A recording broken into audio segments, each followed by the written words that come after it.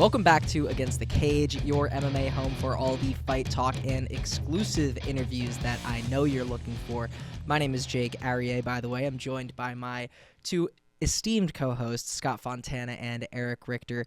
And guys, it is time to finally talk about a UFC event in 2026 because UFC 324 is the first event of the year and the first event of the Paramount Plus era, starting 9 p.m. Eastern time for the main card. That just sounds right. And then 5 p.m. Eastern for the prelims, all on Paramount Plus. And guys, let's talk about the streaming service that it will be on for the next 7 years. What are your expectations for the beginning of this Paramount Plus era? I'll throw it over to you, Erich, because you've been talking a lot of streaming talk over the past year. So what are your expectations? Guys, I'm giddy. It's fight week. We have been waiting for this moment for a while. We're going to talk about it. Let's get into Paramount. Obviously we're leaving ESPN. What do we expect going into this? Well, I think we saw it this past weekend in the NFL playoffs. We saw a bunch of promotion by on the CBS actual broadcast. We saw plenty the UFC ads and even a couple of ad reads by I believe it was Ian Eagle. A lot of work, being done by the promotion or by CBS and Paramount to get everything together. So, what do we see from ESPN? I reported it, over the week. ESPN pretty much got rid of all of their talent. So, there will be MMA won't exist according to ESPN in many cases, right? Maybe there'll be a little bit of work. My expectation, there won't be a whole lot from ESPN. In terms of Paramount, I expect greatness. Honestly, I expect a lot of hard work to get people over to Paramount to sign up for their subscription service. They're in this to make money, and they probably won't given the massive price tag that they paid. But my expectation, a lot of hard work from Paramount. What do you say, Scott? I don't know if this qualifies as a expectation or a prediction, or maybe they're one and the same, but I'll say this. I think the UFC now can more easily be shifted into mainstream sports conversations outside of, programming pushes coming from ESPN like it used to be or whatever, right? I think it's more accessible as long as you have a Paramount Plus subscription. That obviously is the bar for entry. But if you have that, frankly, if you hear about a fight that you weren't already watching and you've heard, yo, this is a good fight, people are talking about it and it's still going on, you could turn it on and you have that old school, God, there's something good to watch right now that, frankly, in the pay-per-view era at all, that was just not a thing. Nobody was hearing, oh, this is a great fight. Let me call up my cable company and order this pay-per-view, or let me go to ESPN Plus and sign up for ESPN Plus and then purchase the pay-per-view. No one does that. You've got a vehicle that makes it much easier to jump right into that. And I think that can only be a really good thing for both ESPN and Paramount, obviously, as well.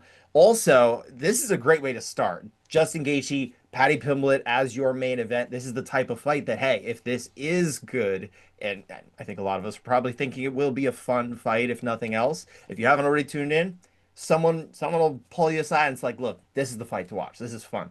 And I think it's a great way to debut it. So that's kind of, I guess we'll go with an expectation that this will make it easier for more people to jump on board.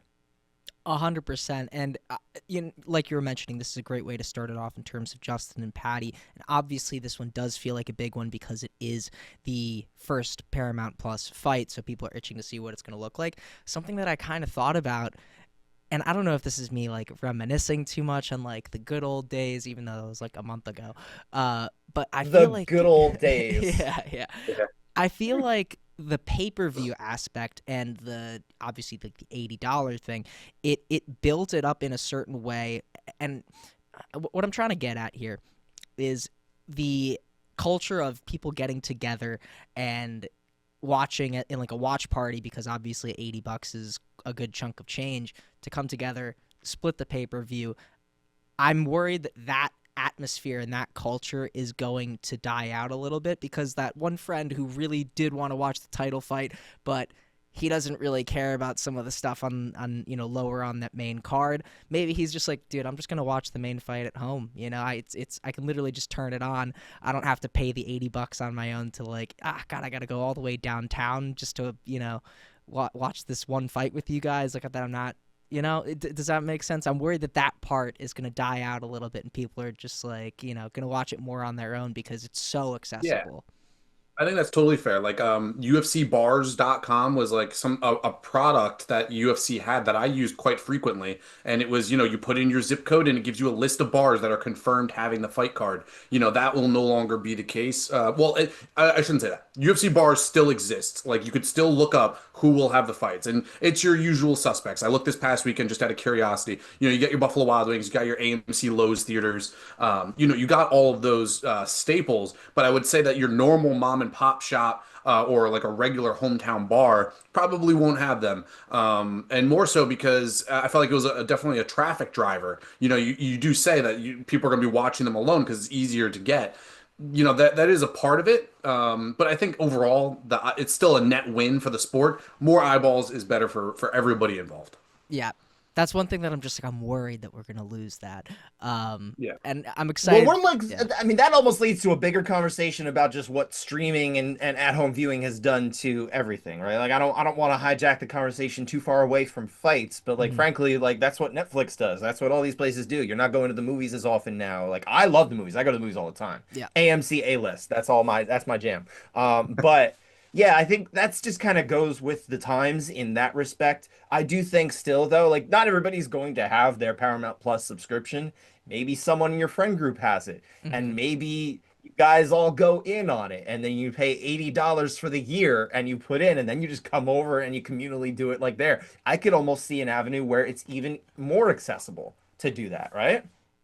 I certainly hope that you're right. I mean, the feeling of just like having all your buddies watching fights together rather than just yourself. I mean, it's much better the previous way, right? But I do want Haven't had that for a while. to. Fair enough, fair enough. But I do want to talk to you guys about this layoff because I mean, as far as me, this is the longest layoff that I've ever had from fights, and I mean, it's the longest one that you guys have had in a little bit as well. I want to ask, does distance make the heart grow fonder in some sense, or do you think that this 6 week layoff kind of dulled things down for the UFC? I'm going to throw this over to you, Scott. Do you think that this long layoff of 6 weeks was good for the UFC or not? I say yes, I do. And part of it even harkens back to something Eric alluded to before, it really have said out loud, right?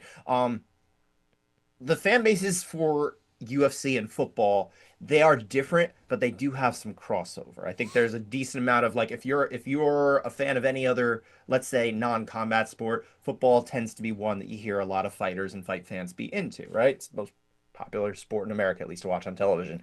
Paramount has been using CBS, their main vehicle, to promote this for several weeks, right? Jim Nance was another name that you had here doing those ad reads, right? That you were talking about, Eric. But they've been able to do that for weeks.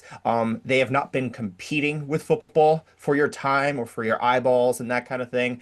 The college football playoffs over. The Yeah. NFL playoffs are at championship weekend. Now it's just one, there's 2 days left. You got this Sunday and you got two Sundays after that. So the meat and potatoes is gone. This is a really good time to say, okay, there's less competition for your time. There's really nothing big happening on Saturday, this Saturday. Not like there was last weekend with football.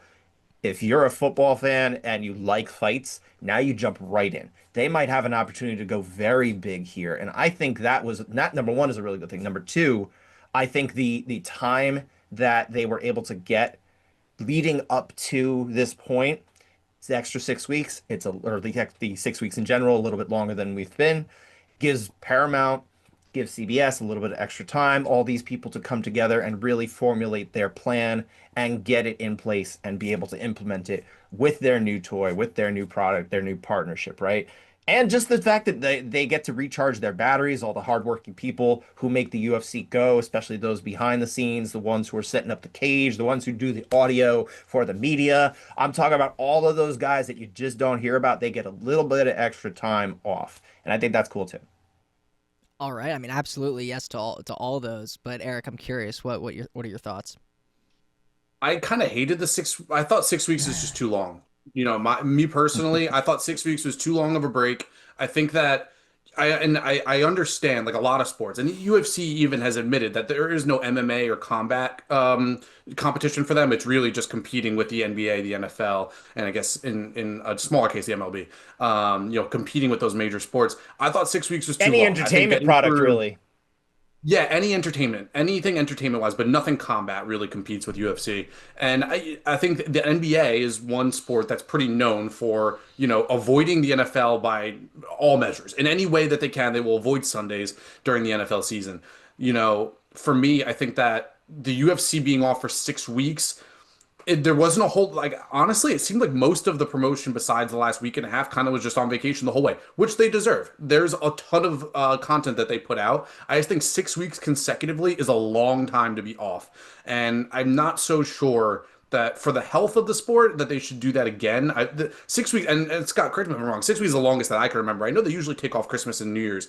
I don't recall 6 weeks being that a normal layoff. Besides COVID, because Eric, that's I a never, I Besides never COVID. remember. Yeah, COVID was a very different yeah. thing. I Different. never remember a planned period of time where they took off 6 weeks in a row. And funny enough, just one more thing I wanted to put out there. There are 43 events that are going to be taking place this year. They're in the works for annual putting forth by UFC on Paramount Plus. We have 52 Saturdays this year. We've already gotten past three non-fight Saturdays. So if you're doing the math here and there's not going to be one right after Christmas, which would be the 26th, then we're looking at 5 Saturdays between now and Christmas with no UFC. You're going to get That's a whole lot of it right now. So look, you're not going to be getting absent very often. Just enjoy what you no. had and embrace the grind because unless they're bringing back an old favorite of mine, the midweek event, then I that's love really midweek all that event. we have. That's I don't know that exactly it's what I was going happening. to I say have no next. idea, but I don't, we can't plan for it until they start doing it. that's a That's exactly what I was going to say next. And midweek events, you got the Dana White Contender Series cards as well, like during the summer. Usually is during the summer. I don't know if they're going to bring that back, but regardless, you get the 6 weeks off here, and then you get bombed with content for the rest of the year. I would, I guess I'm being a little hypercritical here, but maybe we could have thrown a card in here, maybe in January or at the end of December. There was some opportunity, especially in between college football bowl weekends, that there was opportunities to kind of. There wasn't a whole lot of sports going on. There was opportunities. Yeah, I feel like it's more to do with just the dotting the i's and crossing the t's in terms of Paramount and making sure that everything's good to go in that regard. You don't want to flop on the first big event rather. Right. So I'm very pro UFC off season. So like, I just want if anyone comes away from anything, I am very pro UFC off season. We'll call that the off season. I'm good with it. Now I'm ready to go. yes, well, Interesting. Okay. I'm also ready to go. Let's talk about the main event of the first event back, UFC 324. Justin Gaethje versus Paddy Pimblett for the interim lightweight title. Of course, the lightweight champion Ilia Topuria revealed at the end of last year that he's going to be taking a little bit of time off, stepping away to deal with some personal items. But let's talk about this main event fight. Justin Gaethje, let's start off with him because he's been around in the game for a little while longer, and I'll pose that question to you, Eric. Do you think, in terms of his age, he's 37 years old, I believe. Is he too old to? Just turned 37. Yep. Is he too old Last to year. hang at At the end this of last level? year. Well, the sports books have been looking to get off of the Justin Gaethje chain for quite some time. If you just look at like the betting from a betting odds perspective, he big underdog against Rafael Fiziev both times. He closed plus 250 against Fiziev in 2023, and then plus 150 in 2025. He won both of those fights. So, is he too old? I think striking wise, this isn't the matchup where it should where the age should rear its ugly head. He should have the power advantage, and he should have a solid volume advantage. I'm interested to see what the size advantages look like. Like Justin Gaethje is listed at 5'11", which seems super generous. And then Paddy Pimblett is also right in that range, 5'10", 5'11", listed. I look at Paddy Pimblett as a massive lightweight, kind of like a weight bully even a little bit. So is he too old to? I mean, we're gonna find out based on like where he's at speed wise. I think Paddy's a little bit faster, but I think that in terms of like the power and the volume, I think that Gaethje should, especially with the leg kicks, should be able to kind of negate it. It really just depends on how far that this fight goes. Is it going to go into the first round, the second round, or is it going to end the first or second round, or is it going to go into the championship rounds? We've seen Paddy Pimblett wilter away, even against guys like Tony Ferguson, who's not exactly a world beater when Paddy Pimblett fought him. So. I think it really is going to come down to can he get out of those first two rounds and drag Paddy into deep waters is more so where I'm looking at targeting this fight, especially from a betting perspective, but also just from a stylistic standpoint. Scott, what do you think? So I have some thoughts, but I do want to just point out something that I saw the other day. I don't know if you, or yesterday, I should say. I'm not sure if you saw it, Eric, but somebody had released footage. I think it was part of the UFC Paramount machine, right? They released some footage of like promo stuff that they were filming, and they had Yep. the two of them facing off, just in their trunks and all that. And obviously they're cutting weight, so you don't know what the size of them girth wise is going to be once they rehydrate. But height wise, Justin Gaethje did have a slight height advantage. So I do think he Interesting. might actually have something there. That's not all of it though, of course. But humor me on something I want to set up for you. I was looking back at the UFC rankings history because I wanted to go back and I was curious where things looked during the pandemic when that just hit the United States in March 2020. Guess what Justin Gaethje was ranked at that time? Hmm. Just I before the don't know. pandemic? Right before the pandemic, like a week before. It's before he beat He Tony, was an so underdog to Tony Ferguson. I remember It is that. before. So I'm gonna say uh, 4. I was gonna go like 7. So Eric's got 7, you got 4. It's 4. Guess what he's ranked right now? Wow. 4. 4. He's still in the same ranking 6 years later. So what that means is he is basically one of the very last from the old guard of the elite, upper crust of that weight class. Dan Hooker's the only one who was in the top 10 6 years ago, including the champion, who's still here now. Apologies to him. He's never been really elite. He's always kind of been just outside of that. So Justin Gaethje has been at the top for a very long time. I know he has a taxing fighting style. He's got a lot of miles. He did just turn 37. I want to say in November, definitely late in the year. So look, it's hard to say he isn't too old. I am going to say he's not too old yet for this level, partly because it is Paddy Pimblett. We just don't know what level he truly is yet. And so I'm going to say, yeah, for a lot of the reasons Eric was saying as well, I think the striking advantages might still be there. I wouldn't be surprised if Paddy looked pretty solid in that respect, but I do think matchup wise, this is one that he is still on the level on, even if he cannot necessarily be looked at as favorably fighting the guys ahead of him. I think everyone below Justin Gaethje, he should be looked at as someone who's a real threat to them, even still.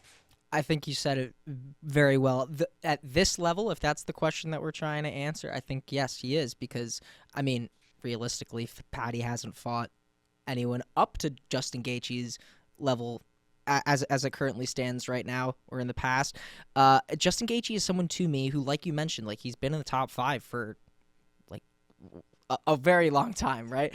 And At he least 6 years. yes, that is what he is to me. He is a top 5 level fighter, and really, it just in the past he's just fallen short because there was someone who held that belt, and that's really been the obstacle that has stopped him in the past. Max Holloway, of course, being the example outside of that, but I mean, Max Holloway, I think, is maybe a little bit of an exception. He's that top echelon is really the only people that have beaten Justin in the past. And yeah, I don't think that Paddy's proven himself yet with before this fight to be at that level. If he does get past Justin Gaethje, then we'll see what happens there.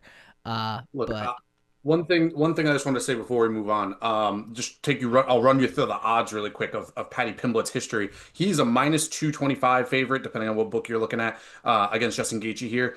That's pretty high considering where he's, been elsewhere. He opened as an underdog to Michael Chandler and eventually closed as a minus 150 favorite, but very close odds there. Minus 140 against Jared Gordon, minus 110 against Bobby Green, minus 300 against, the not great version of Tony Ferguson. Lost the last round of that fight, by the way.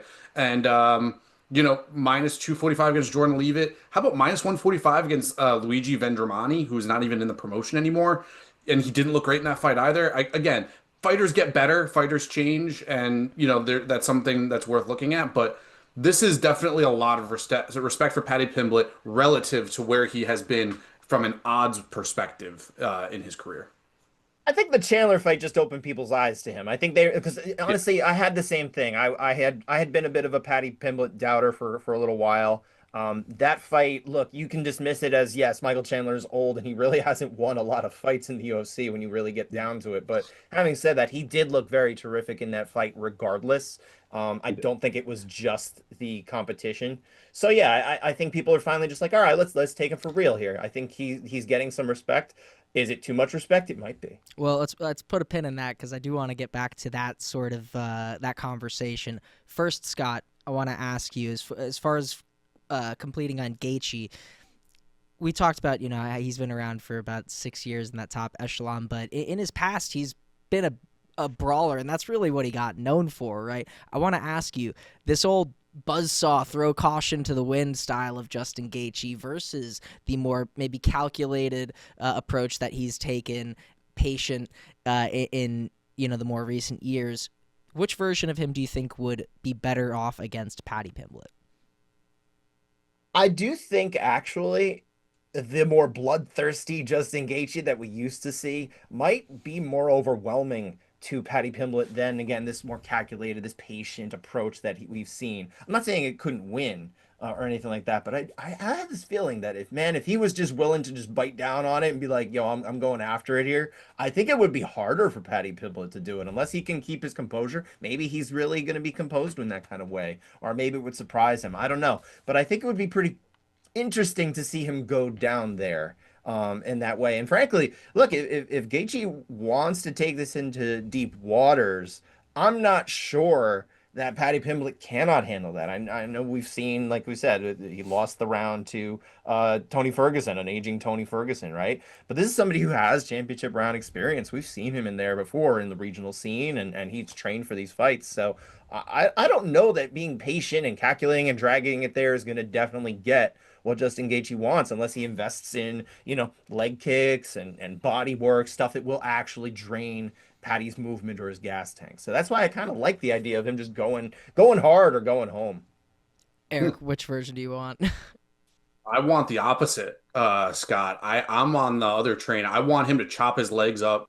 I want him to, invest in the body early, and I want him to really test Paddy Pimblett's gas tank. I think that there's a weakness there that hasn't fully shown itself, and I think and look at the faces of every opponent that Justin Gaethje has ever fought. He is the most violent man in the UFC. Now, where things get dicey for him is, if he were to come out and go buzzsaw approach and say like, all right, let's get in the center of the cage right here, let's do it. Paddy Pimblett's going to shoot, and Paddy Pimblett is going to submit him if he gets to the ground. So that is where, especially we saw Khabib Nurmagomedov is not, a connoisseur of triangle chokes, but we saw him, triangle choke, Justin Gaethje impressively, and he had the option to do an armbar there too. Paddy Pimblett is a very, very good triangle choke specialist. I have worry that if Gaethje gets into a firefight here, he's going to leave himself open to a takedown, and then it's SOL. He's done. He will not be winning this fight if he gets taken down early. Yeah, I mean, for the Khabib triangle, I will say I feel like he's just a grappling connoisseur, so maybe I wouldn't fault him too much on the triangle choke, but I definitely get what you're saying, and that's something that Paddy spoke to Scott in their interview quite a bit about in terms of the takedown. Like, everyone's talking about Justin Gaethje's wrestling, like, I'm a better MMA wrestler. You do hear people, mention Justin's wrestling chops a lot. It's not something that, like, I've been waiting to see it, It's not something that he really You're never going to resorts see to. it. It's not really. I don't even know if it really exists in terms of an MMA. I'm not sure that it's really there. He's just not as inclined to fight that way. He's found a way to actually end fights that he's pretty adept at. So why would he stray from that? Yeah, I hear about wrestlers falling in love with the striking, and I feel like Gaethje's a pretty good example of that, right? He's the example of that's why you do that. he's kind of Right. the exception to the rule of maybe sometimes they just fall a little bit in love with their one hand bomb kind of thing. Like a Tyron Woodley who obviously built a very terrific career out of it. He had a fantastic career, and that was another example of a former wrestler who fell in love with the hands. Now we see he's so in love with them that he's losing a lot of boxing matches and getting knocked out pretty brutally by a 50-year-old Anderson Silva. But Wow, shots I fired. Woo, look, it's just what it is. I watched that fight. You watched that fight. Hard to say Yeah, anything else happened. I think it's what it was, and yeah, nothing else happened in that fight too. I don't want to go spend too much time, but man, that was a boring fight up until the point it ended. Um, yeah, I think that's one of those things about Justin Gaethje is he's found what works for him, and that works much better for him than taking it down and doing ground and pound. And you know what? Credit to him. He built an amazing career that way. He Fair had enough. Rafael Fiziev shooting on him. That tells you a lot. He had Fiziev, who's not a wrestler. Yeah, well, in terms of that interview that I was just talking about with Paddy Pimblett and Scott Fontana, make sure to check it out if you haven't already. And something else that Paddy was mentioning in that interview, and I'm going to pick up the conversation that we were, just about to get into beforehand, so we'll try and pick up where we left off. You were talking about, the hindsight of Michael Chandler and all that. Obviously, after Paddy wins that fight, he said that people are moving the goalposts is the term that he kept using. He's not getting the same respect that he feels he should be because after the fight, people like to criticize, his opponent, and they're always nitpicking certain things about their records or what have you. Scott, I want to ask you, do you think Paddy's right to be frustrated about people moving the goalposts, which I would say some people at least, certainly are. What do you think about that sentiment? I don't really have much to say other than the fact that look, he can use that as a motivational slight, right? It's something that he can use as a chip on his shoulder and say, okay, this makes me work hard. A lot of fighters, a lot of athletes just look for that kind of thing. Maybe that's what that is in that case. But also, there's no denying he's benefited from fighting aging competition the last few years. I mean, everybody's been kind of in the late 30s. And frankly, we still, again, are still waiting for him to take that step up to the next level of competition. It's here he's got another one who's in his late 30s, but at least probably the youngest, I believe, relative to that point, and still somebody who's up in the top level of competition. So yeah, people have been moving the goalpost probably a little bit, but I think part of that is appropriate. I don't know that we'll need to be moving them anymore. I think if he wins this one, unless Gaethje looks just totally washed, I can't imagine anybody's going to do that. We're taking Justin Gaethje seriously right now. And we need to remember that. Eric, what do you think? It's fair, right? So like if Gaethje goes out there and gets starched in the first round by Pimblett, it'll still be the same thing. It'll still be a moving goalpost thing. And I understand like you're saying that we'll have to remember that. I'm just not so sure that anyone's going to. Everyone's got very short memories in this game.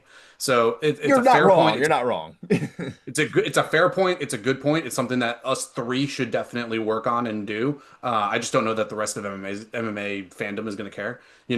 I mean, you just look at it. He hasn't beaten a top 10 opponent.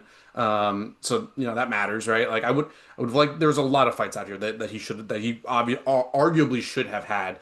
If you were gonna put Ilya into a spot where an interim belt is jumping in, do we have to have Oliveira versus Holloway fight for the BMF belt, or could they have just gone for an interim belt, or Arman Sarukian, right? And there's a lot that goes into that, but he's the number one guy, and he's not fighting for the belt. So, in terms of the interim belt as a whole, it's hard to take it super seriously because all of those guys haven't been touched by Paddy Pimblett. So he's getting in there. Maybe we've heard some people, some Tony Ferguson, Dana White privilege. Paddy Pimblett might be a beneficiary of that, and I don't fault him. That's not his fault. All he does is he fights the person in front of him, and he wins. So that is what it is. What it is. It's a fair point, but I definitely agree in terms of if he does get past Justin Gaethje, and there's not like a crazy asterisk on this one, it's hard to move the goalposts or like make an argument. Like who else is he gonna fight besides the top guy? There's only one more fight that he like could possibly take outside of the interim belt, right? If that wasn't on the line, it's like he's gonna fight in a title eliminator if he wins this one, and it wasn't like an interim title fight, if that makes any sense. So but then again, he's also talking about like in scenarios where like, oh, he beats Ilya, and like people are moving the goalposts. I think that's a little bit out of the question. I think people think pretty highly of Listen, Ilya. He was saying like, Patty was going a little too far, I think, with our conversation with that. It's like eventually we're actually going to catch up with you. Don't worry, guys. yes, yeah, yeah, And for the like record, I look, would set up the goalpost right now. The goalpost isn't set in any sort of way like he's going to be viewed as the number one contender,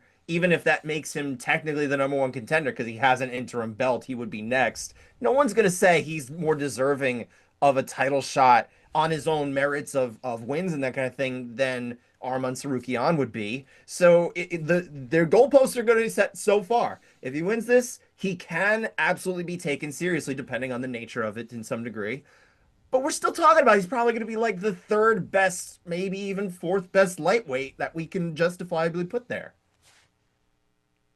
And absolutely, same for and Justin like Gaethje. Same for Justin Gaethje. The same applies on both ways. listen, I think the main question here is he ready for this level of opponent? We have no idea. He's never fought anybody in the top 10.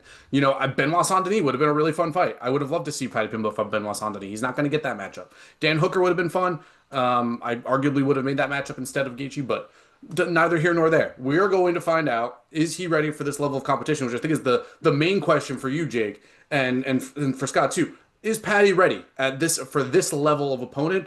I mean, we're gonna find out on Saturday, but oh man, is that the big question? I think of the entire card. Is Paddy ready for this? So I think yes. I do think he's ready for this level of competition, and the reason for that is because of the matchup. I think we've talked about this after Paddy got his fight or won the fight against Chandler after 314, and the fallout of that. We were doing a little bit of matchmaking. Who do you want to see next? And I believe it was Eric and I can't remember if Scott, if it was exactly what you said. I don't believe I was back yet. Was I? Was I back yet? Maybe not, but I will say I think the two of us at least had picked Justin Gaethje as a favorable matchup for Paddy if you're going to put him up to that next level. If I'm his manager, Justin Gaethje is the guy that I would want him to be fighting. I would not want him to put, and I don't think anyone would want to put Paddy near Arman Tsarukyan if you're in that managerial position, right? Ilya Topuria, we'll see what happens there. Obviously, there's a lot of heat there, but in terms of a favorable matchup, I think that Justin Gaethje is the one guy that I would pit him up against. And honestly, like you mentioned a few names there, like Benoit Saint-Denis, Dan Hooker is another name that maybe you could have given to him. But if you are the UFC and you're trying to push this guy who obviously has a lot of potential as a star, I think Justin Gaethje is a name that take the interim belt off of it and the external factors of Arman Tsarukyan and Ilya Topuria and all that. I think that Justin Gaethje is a fine opponent for him to face with everything outside of that. But Scott, what do you think? Gosh, what would have been a really amazing and gigantic fight to put together? Paddy Pimblett versus Arman Tsarukyan. I actually believe that. I'm not saying that would have been a smart necessarily matchup from the manager's standpoint, because frankly, he can get ahead of Arman Tsarukyan in the pecking order, the actual functional pecking order, without having to do that. But hear me out on this. If you had put together Paddy Pimblett and Arman Tsarukyan, these two obviously are kind of not liking each other. There are some nasty words that they... Yes, we had a nice Paddy Pimblett rant at the very end of my interview with him, and he really just does not like this dude. He like many people have picked on the idea of him being, fed a silver spoon and all this kind of thing, right? With Tsarukyan. But if you get Paddy Pimblett in there and Paddy beats Arman, nobody's questioning whether he is the number one contender. He immediately has some real bona fides going into a championship unification bout with Ilya Topuria. And if Arman wins that fight, I think you can still justify a loss with Paddy Pimblett. He fought the very best that he could outside of the champ. And hey, it's like he just wasn't ready for that one. You can get it right back and ready for the next one pretty soon after. But also, Tsarukyan, his profile becomes even bigger because everybody who recognizes Paddy and appreciates Paddy and enjoys what he brings to the table, that starts to get stolen over a little bit over to Arman, who then brings even more into a matchup with Ilya Topuria. So I think from a promotional standpoint, it would have been fantastic. I understand why some of those things didn't line up, but man, I actually would have loved that. I think that would have been fantastic. Oh, that's the fight that it should be, 100%. Yeah. But Eric, what do you think? I think the UFC even admits it, right? I think the UFC even admits like Arman Sarukian should be fighting for the lightweight interim title, but we talked about it on the podcast. What was he doing headbutting Dan Hooker? Why are we doing that? It's like you're Bad just gonna idea. piss off the Bad idea. promotion. Bad idea. You pissed off the promotion once before really bad, and then you also put another main event at risk. You can't be doing that, brother. You can't do it. That was dumb, and the UFC pissed off Patty was again. saying that too. Rightfully Patty was so. right. I mean, he's got to have some self control. He does. Yeah. It's hurting his career. Yep. And not to make this too much about Armin, he's not in action right now, but man, he really is shooting himself in the foot. If he wants to succeed in this sport, it's not that you have to play the game; it's that you literally just got to abide by the rules, and he's not really doing Yes. that right now. So. Right, right, exactly, and it's a question of dollars and cents. The UFC loses money when they lose main events, so you are costing them money. Therefore, they're going to be mad at you. Yeah, in Justin Gaethje's words to you, Scott, he was like, "That's something you just do not do." Like Can't do it. they will remember that. Can't happen. Yeah. It cannot happen. Well, Eric, I want to ask you because cardio is something that I definitely hear you mention a lot when it comes to fighters and fights in general. It seems something that you put a lot of value into, and this is something you briefly referenced before, but I want to ask you about Paddy. What does he look like if he does get to those championship rounds? If Gaethje, takes him into 4 and 5, what do you think Paddy's going to look like in those? It's the question of the fight as far as I'm concerned. And Scott even mentioned, back in it was with Cage Warriors and other spots on the regional scene, we saw him do 5 rounds.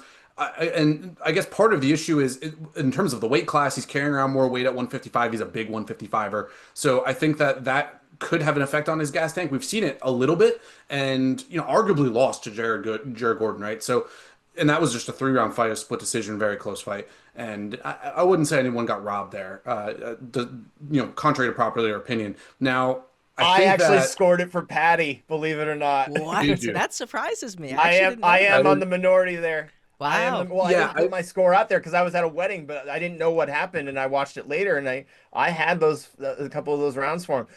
I don't want to hijack it either. We can't go into this old fight for now, but Right. man, there's just some rounds where not as much is happening, and realistically, it's hard to say Right. definitively it went the other way. But to your point, I don't want to steal it from you, Eric. You keep going. I'm on the same wavelength as you on that, and I don't think that there wasn't a whole lot of action. There was a lot of cage push, and I would say there's no robbery either way. Now, where I think that Paddy Pimblett, especially against Tony Ferguson, it was exhaustion in the 3rd round, but it was also exhaustion because Tony Ferguson was able to push a little bit of grappling. Gaethje, is not going to do that. So it really just comes down to, is Justin Gaethje going to invest in the body early, which he's great at.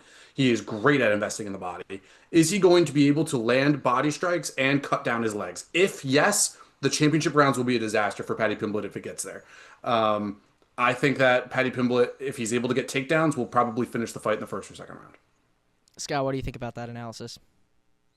On the whole, I just don't have the same level of concern for his gas tank that Eric seems to. Look, there are ways Gaethje can manipulate it that you already outlined, Eric, but I just think this is his 6th, 5th round booking of his career. He's gone the distance 3 different times. They were on a smaller stage, granted, but this is somebody who's been on a pedestal and a lot more present with regard to his career and media spotlight for many years in a way that a lot of these fighters who are getting to that 5-round level have not gotten to. So I don't think the bright lights are going to get to him. I think the experience is something he can rely upon. I think he's taken his conditioning and his weight cut very seriously. You heard him when he spoke to me. He had 14 pounds to go on Monday. He said that last fight he had against Chandler, he cut 14 the night before. So he's already well ahead of schedule, even with a pound extra that he's got to cut this time, definitely. They got to get to that 155. He doesn't seem concerned. He looks fine. I'm not that worried. I really just am not about the gas tank. So I don't know that it's going to be a problem. I'm really not. I'm kind of in line with Scott on this one, and also I honestly I just don't see it even getting to 4 and 5. These guys, I feel like it's gonna be within 3. But like you said, if it does get to 4 and 5, it's probably going to be more of the same that we're going to be seeing up until that point. I feel like this fight's going to get decided within the like first or second round, whoever's doing better in those first couple, I think it's probably going to carry through to the rest of the fight, simply because these guys are, like you said, Scott, he's already had 5-round bookings beforehand. Gaethje's had quite a few of those, and whoever's getting better, the other guy, I think is, I don't think it's going to be close. I think we're going to see pretty early on who's going to take this one. One thing that I just add is, in terms of Paddy's past decisions, lost his last 2 decisions over at Cage Warriors, and only one of them was 155. The other ones were 145 and 135, if you can believe. He made 135 at one point. But yeah, he was fighting at 135 at one point at Cage Warriors. Over 2 last 2 Well, Cage 5-round Warriors decisions. put out a photo of him from earlier in his career, and he was a skinny mini, but he was also a teenager at that point. It was kind of crazy to see him with this like chopped off hair, and he really just didn't look like the same human anymore. I've seen that. Yeah, it is crazy. I'll throw that up. Yeah, kind of gives Conor McGregor 145 vibes, when he's just a skeleton. Oh yeah. Well, guys, let's talk about the sports entertainment rating on this one and wrap this one up for our main event, because it is technically a title. Oh, it's also a main event. We're doing sports event ratings for main events. Nothing technical about it. It's a title fight. Yes, it's a title fight. Okay, so I'll go first on this one. As far as a sporting rating, this is a little bit tricky because it is an interim title, right? So I will treat it as if Ilia Topuria is not in the equation. I'm going to give this one...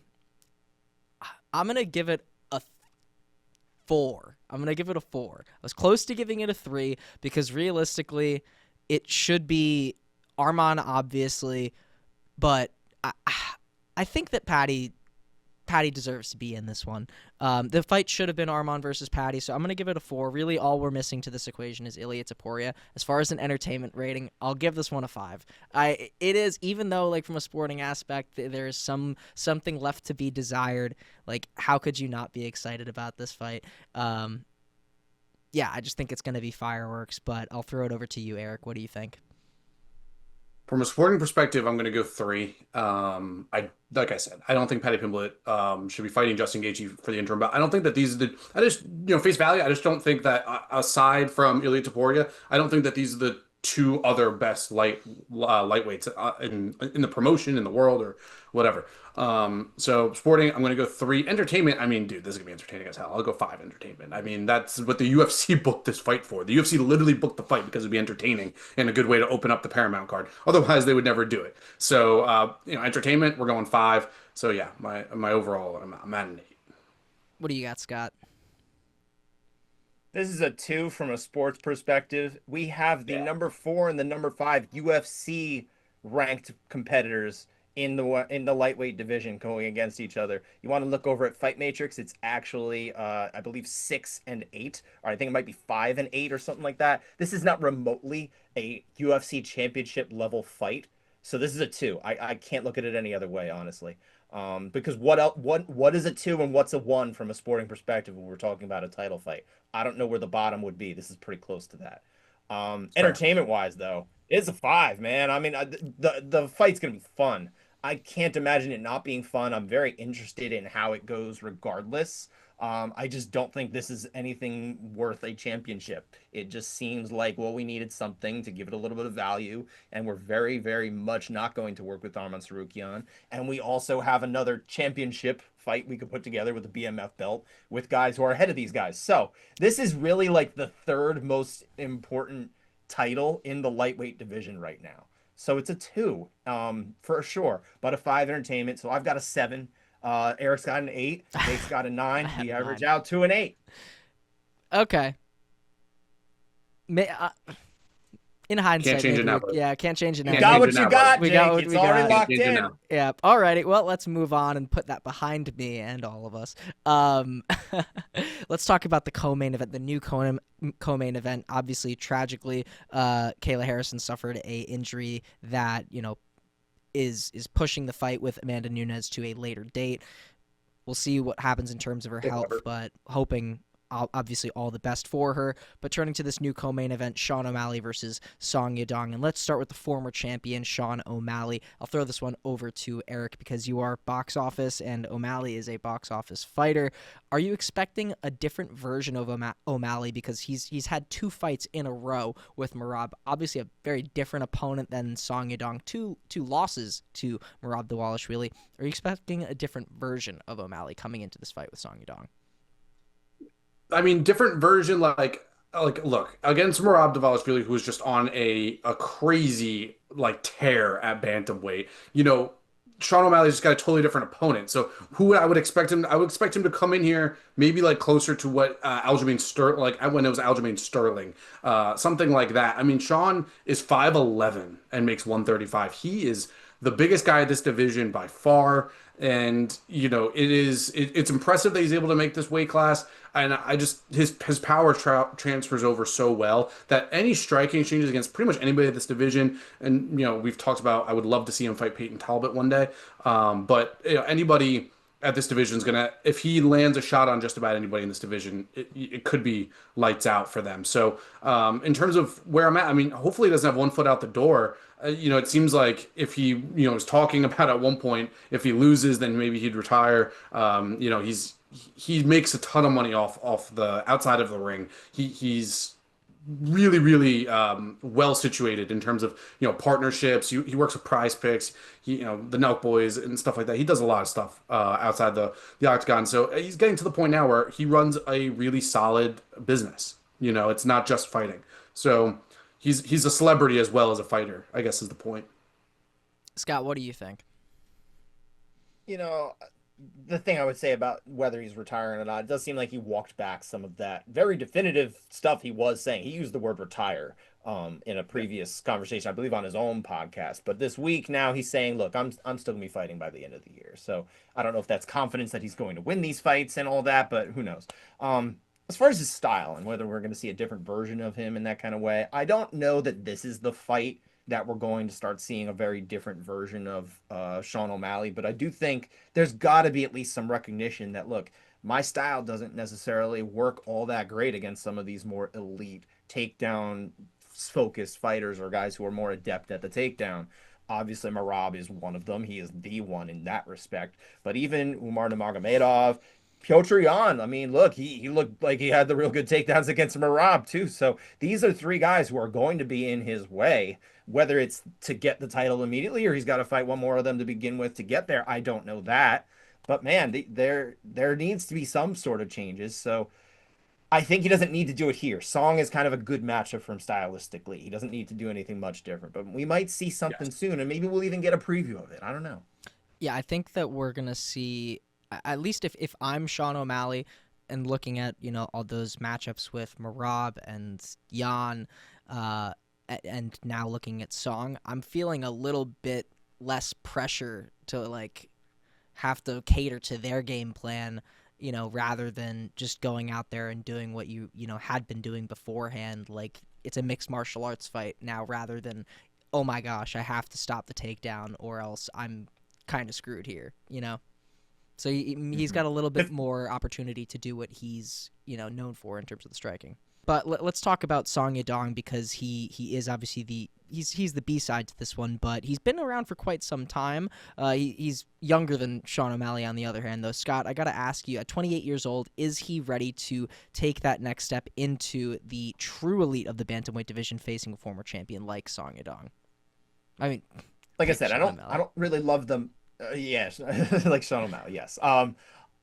I don't know that this is the right matchup for him. I think it's a little bit of a tough one for Song Yadong here, unless he kind of changes up his tactics from what we kind of see, right? But I do see that I believe the best is yet to come. Like, the guy, he literally only just turned 28 a month ago. He feels like he's been there forever because he kind of has, but that's because he debuted just before he turned 20 years old. A long time ago, back in 2017, I believe. I think even if he doesn't get the win here, the future is still very bright. So I'm curious if he can maybe surprise me here. But if not, I want to see maybe in the next couple of years we're really starting to see him break through. Eric, what do you see for Song in this fight? Yeah, it's a great opportunity for Song Yadong to like kind of really ingratiate himself with the fan base. Obviously, like we've seen Dustin Poirier do this, Habib Nurmagomedov do this, where they're able to like kind of take the rub from a big star, get a big win. But there hasn't been a ton of buildup for this fight, mostly because it wasn't originally a co-main event spot. It was supposed to be Kayla Harrison versus Amanda Nunes. And not only that, but Song Yadong is also he's a solid fighter. Team Alpha Male's kind of taken a step back. And I'm not sure if that has too much to do with just like losses that they've had in coaches and other fighters. Obviously, Uriah Faber retiring, TJ Dillashaw leaving, and stuff like that. But Song Yadong been knocked out before. It's TKO'd, or I believe it was doctor stoppage, but TKO against a Corey Sandhagen in the fourth round. And Sean O'Malley is. I would argue a better striker than Corey, or a more powerful striker than Corey Sandhagen is. So MMA math isn't always perfect, and actually it's never perfect. But I'd say this is a spot where if Song Yadong can have a good showing and kind of have like a war with Sean O'Malley and like not get finished, and even if he loses by decision, I'd still say that's a step up. But overall, and obviously a win would be amazing. But if he loses, I wouldn't say that he's out of it at bantamweight. I'd say that he's got a size disadvantage and that Sean O'Malley is a really, really strong striker. And Yadong's not a grappler. We know that. Yeah, well, definitely looking forward to seeing what happens in that one. But let's also talk about some of the plethora of other fights on this card. We've each picked one. Scott, I'm going to go to you. What is your fight to watch on UFC 324? Give me the main card curtain jerker, which is Arnold Allen against John Silva. I've been booking fantasy booking, I should say, Arnold Allen in these fights for a little while. I still don't know that this is the one I would have put together, but I do think it's going to be a lot of fun, and we'll learn something about both of these men in terms of the pecking order at 145 pounds. Eric, what do you got? How about Michael Johnson back in the fold, right? And that was a recent fight that we watched for our homework, Michael Johnson versus Justin Gaethje back in the day. And 3-fight winning streak for Michael Johnson, and I think I'm pretty sure an underdog in all of these. So Michael Johnson kind of having a little bit of a rebirth after hitting the skids, and Alexander Hernandez, right? And I've been a big fan of Alexander Hernandez for quite a while. Solid Chase Hooper win, and he got Kurt Holobaugh out of the UFC. Like he beat Kurt Holobaugh, and Holobaugh got caught right after that. So for me, I'm a big Alexander Hernandez guy, always have been, and I'm excited for him here. I had Alexander Hernandez back against Cowboy Cerrone. He was a favorite in that fight when Cowboy was still doing his thing. I believe that was during COVID, but that card opened up the ESPN partnership, and now he's on the one opening up the Paramount partnership. That's crazy. Wow. That's what it was. I was wondering why that fight. I remember it so vividly. Yes. Well, for me, that's when Cerrone had like the unbelievable combination of like kick to the body, strike to the head, strike to the body, strike to the head, and then knockout. But yeah, good. No, that was against Rick Story. That was on the same card as Connor versus Nate number 2. I did actually. I watched the Alex Hernandez Donald Cerrone one. I remember that vividly. That was an interesting one. I gotta go with, it's pretty obvious, Umar Nurmagomedov versus Davison Figueiredo, the fight that could easily have been on the main card. Somehow it's on the prelims. I don't know why it's not. I will say, I mean, it doesn't really make a difference these days. Something strong on the prelims. Why not? Yeah, why not? Yeah, now it's all the same. It really is. Yeah. Just to be clear, I read into these decisions a lot more than probably everybody else. Yeah, it's fun. It's fun to hyperanalyze, I hyperanalyze these all day long. If you're on the prelims, then I'm like, okay, the UFC doesn't like you. Well, this one, Umar versus Figgy, it's gonna be a good fight. I think it's got a good chance of being a good fight, at least in my eyes. And then it's also got stakes. So I mean, for this one's a very easy pick for me. Very excited for this one, seeing what happens there. But Scott, in terms of tallying up the entire card, the event rating, what do we have for the score of 324? Look, the reason why you have this fight on the prelims is because it's pretty well stacked. We've got a 90 event rating here. 4 fights pair top 10 fighters against one another. Tied for the top rated fights are O'Malley against Song and Natalia Silva versus Rose Namajunas, another very pivotal fight at women's 125 pounds. And we've got 9 fighters overall that are ranked in the top 21 on this card. Very, very, very deep all the way through, even into the prelims. I would say there's only a couple of, let's say, prospects, as I catch my earbud there. There's only a couple of prospect fights very deep down on the card, like deep prospects, I should say. There's some outside of the top 100, but hey, that's okay. There's nothing wrong with that kind of thing. It's a good card. This is a really good card and a great start for this partnership. Yeah, that's about what I was expecting. Obviously, what it could have gone up a decent amount with Kayla and Nunes on there. Would love to have known what Yes, it is there. that hurt it a lot. That really was Ooh. going to push this up until maybe the mid 90s kind of range, which was like a top 30 or 40 ever. Yeah, well, I mean, like you said, deep card nonetheless, very solid. And with that, Eric, let's wrap up 324 with 3 bets in 3 minutes. Ready to go? Thank you very much, Jake. 3 bets, 3 minutes. We are so back, and it's been a while, but we're going to start the year off hot. We have a bunch of good betting lines here that I like for our inaugural card. So 3 bets, 3 minutes, UFC 324. Put 3 minutes on the clock, and here we go. We're going to start on the main card, and we are going to go with Arnold Allen versus John Silva. Look, Arnold Allen is at one point was considered to be a title contender, to be sure. And, for Arnold Allen, we've only seen him lose to the top tier at this division. Movsar Evloev, who only won because he got 5 takedowns on him. And then Max Holloway, obviously the best striker in the UFC, especially at the time in 2023. Arnold Allen comes in here as a plus 220 underdog. John Silva's coming off of a loss here, lost to Diego Lopez. And look, I like Diego Lopez. I think he's a solid fighter, but I think Arnold Allen here, coming in as a big underdog, a southpaw, I think pose a lot of issues for John Silva, who is really, he's throwing heavy shots, but not the most technically sound.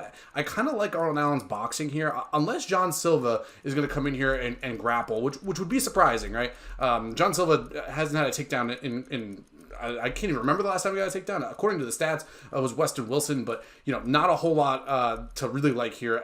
John Silva here at big odds, and I've been a John Silva fader for quite some time. So give me Arnold Allen plus 220, or you can get as high as plus 240 on the money line. But give me John Silva in that fight. We move on to the co-main event: Sean O'Malley versus Song Yadong. I mentioned it before.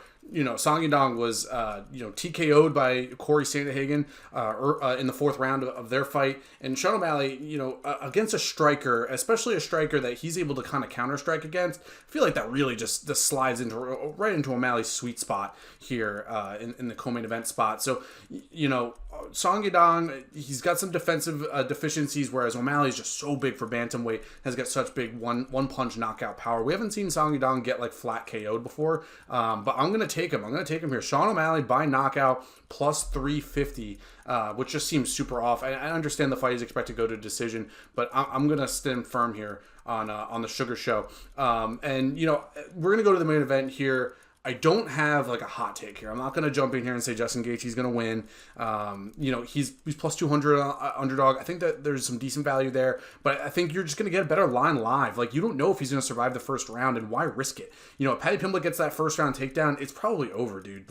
He's probably getting submitted. So I'm going to feed into that, right? I'm going to go under 3.5 rounds. It's minus 175. It's more of a parlay piece than anything else. But, for me, Paddy Pimblett, if he wants to take this to the ground or is able to take this to the ground, Justin Gaethje is going to be in a really tough spot. And Justin Gaethje, his striking is really, really good, but we've seen him take a lot of damage.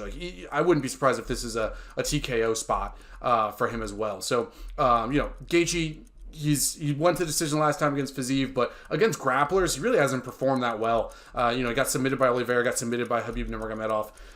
And again, that's another spot where Pimblett's fighting an older guy, so we'll see what happens.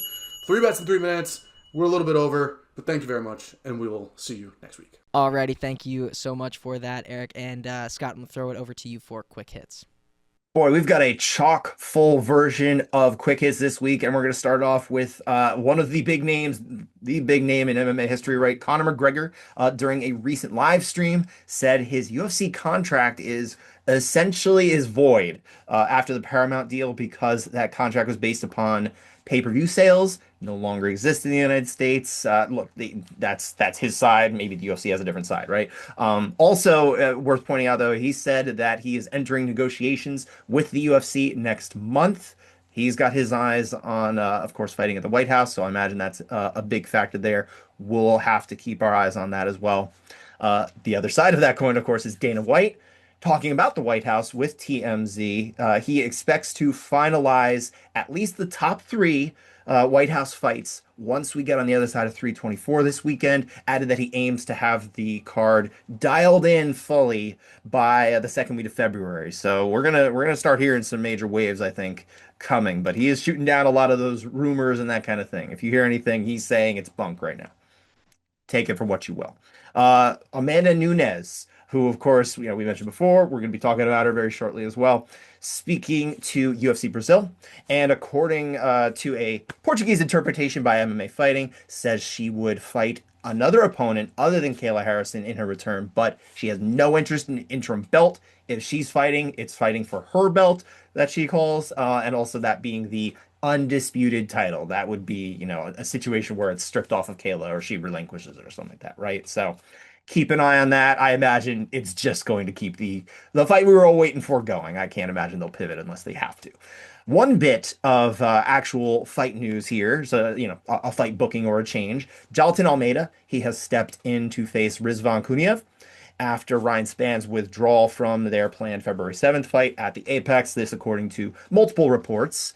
Over on the PFL side, there's a couple notable developments here. Don Davis, I've spoken to him a few times for our outlet here. He announced he is stepping down as the organization's chairman.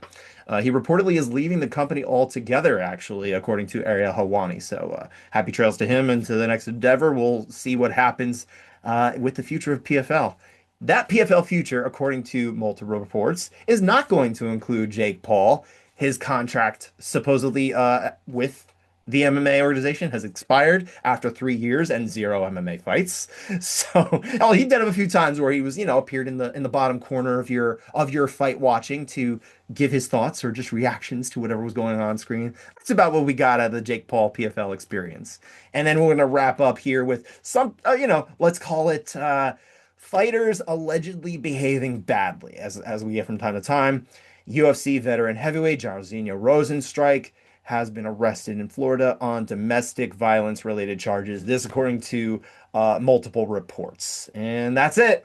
Alrighty, thank you, Scott. And guys, let's talk about the final round, and let's talk about the scoring of Amanda Nunes versus Valentina Shevchenko 2 at UFC 215. And this was an interesting one. I found it very difficult, as I imagine was one of the reasons for this assignment from Scott. I'm going to go ahead and give my scorecard. I gave 4 rounds to Valentina Shevchenko. I gave the first round to Amanda Nunes. Right off the bat, what are your reactions to that, guys? You didn't give her 5? You didn't give Nunes 5? I gave Shevchenko 5. Wow. I'll give you my reaction. It's my old podcast partner, Dan Urban. When we talked about this fight on our Couchside Judges, he also had the same score. Wow. Okay, so Wow. I will take that. There's nothing wrong with that score. This is not the easiest fight to score whatsoever. I think there's only one definitive round here. I think it's round 1 with Nunes. If you give that one to Shevchenko, there's probably an issue. But outside of that, there is enough happening with each of these women, even in round 5, I would say, because that's the round where she's getting those takedowns. I think this is what surprises you, Eric, right? We've got some takedowns there, but very little being done with them. It's not gaining her much of an advantage. She's not landing any damage there. That's not the type of thing that wins you points with the judges all the time. It can, but it doesn't. So that's the one thing about this fight is given the time period. Like if you were to score this fight now, I think Valentina definitely wins it. But at the time, controlling of the octagon and controlling on the ground actually had value. That those no longer have value. I'm here to tell you that's not true. What? Back in the Not day? true. That's not, no, back in 2017. This was subsequent to when they redid the criteria back in 2016, which was to push more of the damage. So by then, we're already in this era. This is late 2017. We're already at the point where they're scoring it that way. Interesting. Okay, I thought that was more recent. The changing of the scoring, wasn't that more recent in 2024? There have been some refinements to it, but it's been mostly the same since 2016. Mid 2016. For me, regardless, in that 5th round, I actually felt that Shevchenko had just done more damage than Nunes in there from the bottom. But yeah. I'm it's curious. Close either way. It really is. I'm no robbery either way.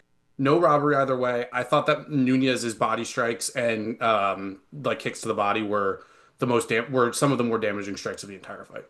I had a 3-2 I Nunez, also just to want be clear. The, another reason why I wanted to highlight this fight is just so that Jake in particular could see, hey, look, this is the best 135 pounder in the world at the time, and who probably already was, without even going down there, the best 125 pounder in the world at the time. So as much as Shevchenko, I don't think she looked very small against Nunes. She was definitely not bigger, but she didn't look small. There's no reason to think that even the weight disparity was going to be that much of a problem in a third fight. I still would love to see that happen. I hope there's a chance for a trilogy fight. Yeah, I would just absolutely. Shevchenko weighed in 133 and a half for that fight. Like I 133 said, and a not half. not a large one, right? But she's not. I think you had talked about her as kind of a weight bully at one point. And I don't know that I ever Yes. saw Valentina that way. At 125 maybe, but not at 135. But I mean, if she's weighing in 133, in theory she only needs to cut 8 pounds to get down to the next weight class. So that's not that big. Well, yeah, as you get older though, your weight fluctuations are Sure. gonna be a little bit more difficult. Well, I'm just curious before we wrap up on this one, what your guys' scorecards were. Well, I had it 48 to 47 Nunes. I had rounds Yeah. 1, 3, and 5 for her. But Yep. you can go the other I way understand. with Shevchenko in round 5. I was very close. How about you, Eric? I thought the third round was actually closer. I thought the third was very close. That was the toughest one for Yeah. me. Yeah, Yeah, I thought the third round was closer. I had 1 and 5 for Nunez pretty confidently, and then three I was like, ugh, could go fair either way. enough. Well, let us in the comments. Let us know in the comments what you thought if you did your homework, and you could catch up on homework if you hadn't done it, and let us know then. But Scott, what is our next homework assignment before we wrap up? I'm giving you Anderson Silva against Dan Henderson, UFC 82 back in 2008. This was champion versus champion. Silva was defending his UFC middleweight title, put that on the line against the Pride welterweight title, which was 183 pounds at that point. Dan Henderson, who also had lost his middleweight, aka 205-pound title from Pride. He was a two-weight weight class champion when the purchase happened to acquire Pride. He lost that belt to Rampage Jackson the previous September. So this was him trying to go and see if, like, hey, can I keep this second belt? Huge fight. Really, really interesting fight. I think you guys have fun. I'm excited, the spider. And to wrap up our MMA history, so to speak, what happened this week in MMA? We're going to go back 14 years ago to January 20th, 2012. Habib Nurmagomedov, we talked about him before. We're bringing him up again. This was his UFC debut. He beat Kamal Shalarus on the prelims in Nashville. This was the first fight night of the UFC Fox deal. And actually, I was just talking about this fight with John Anik when we had him in the studio last week. I was in town at Nashville for that one too, because our main event for that was Jim Miller, and he was local to the outlet I was at the time. There we go. All right, full circle once again. And I mean, we do have big fights again, in terms of big promotions, the UFC this weekend. But for those guys who really just are itching for one more fight, what else is out there for those fans, Scott? Your one more fight comes on the LFA 225 card Friday night, the 9 p.m. Eastern Time main card on Vice TV. The prelims you can also access before that on YouTube. But the fight in particular I want to highlight is Marcos Daly against Luis Aguiar. They are going for the LFA interim flyweight title. Daly is ranked number 23 at Fight Matrix. Aguilar is 62. They're both under age 30, and neither has lost since 2022. I think this is a very intriguing fight. Daly is a monster favorite, so if he wins this one, as he's kind of expected to, I wonder if he gets on the UFC's radar at that point. Alrighty, there we go, guys. That should do it for us on this episode of Against the Cage. Let us know in the comments who you think will take 324. Just general thoughts on the card. Are you excited for Paramount Plus? What do you think? What do you expect to happen? So, Eric, So Scott, excited. thank you for joining me, and thank you for you at home joining us as well. We'll see you next week. Jacked up. Let's get some fights.